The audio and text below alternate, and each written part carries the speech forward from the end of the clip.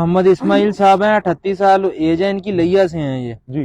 ये पूछ रहे, ये कह रहे हैं कि धूप में बैठने से जिस्म में खारिश शुरू हो जाती है और ऐसे महसूस होता है जैसे स्वेलिंग हो गई है।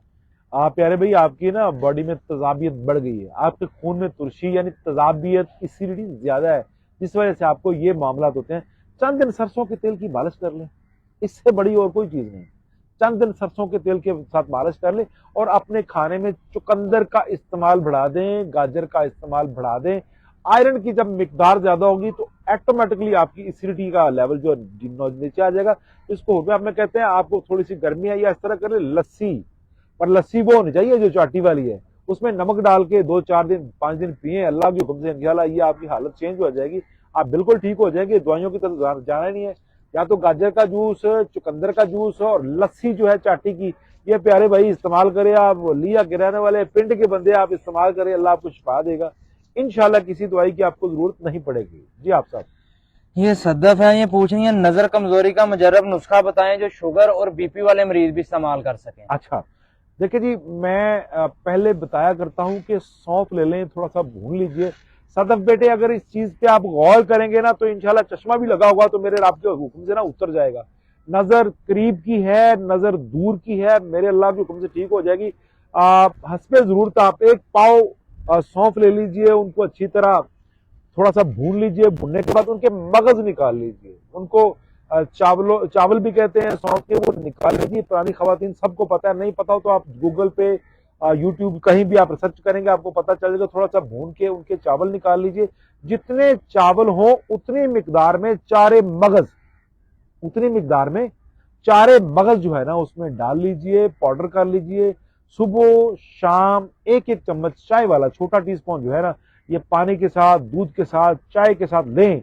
बादाम इसमें शामिल ना कीजिएगा वरना काम खराब हो जाएगा।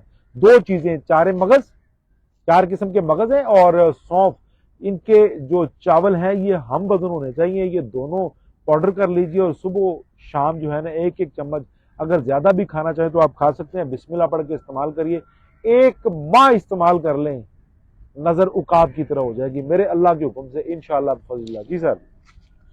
सर जी, ये गुज्जर गुज्जर के नाम से कोई आईडी है, ये पूछ रहे बेड सोर का इलाज तजवीज फरमाएं कोई। हाँ जी, क्या बात है जी, क्या बात है।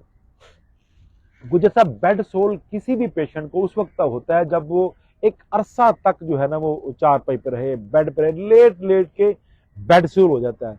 तो मैं बेड सोल के मतलब आपको बेहतरीन एक फार्मूला बता देता हूँ। कोई सा भी पुराना चमड़ा ले लीजिए, लेदर की कोई जूती पुरानी पड़ी है वो ले लीजिए। वो चमड़ा सरसों के तेल में, जितना वो चमड़ा हो ब्रीक ब्रीक पीसेस कर लीजिए, जितना चमड़ा हो उतना ही सरसों का तेल उसमें डाल के कोयलों की आग पे थोड़ी सी मतलब लाइट सी हरारत पे उसको जलाए।